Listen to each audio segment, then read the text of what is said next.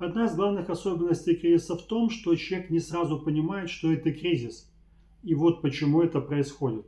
Кризис не о том, что просто стало тяжело, а это когда привычная схема жизни перестает удовлетворять и давать ожидаемый результат. А первая реакция психики на такую ситуацию – это не поиск новых решений, а усиление уже работающих алгоритмов.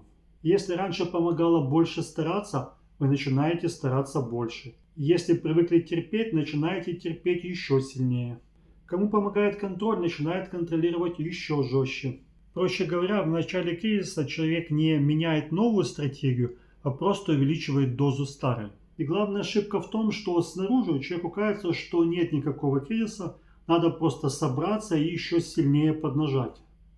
Но внутри это лишь ускоряет разрушение. Потому что основная проблема не в том, что не хватает усилий, а в том, что перестала работать система, в которой эти усилия продолжают вкладывать.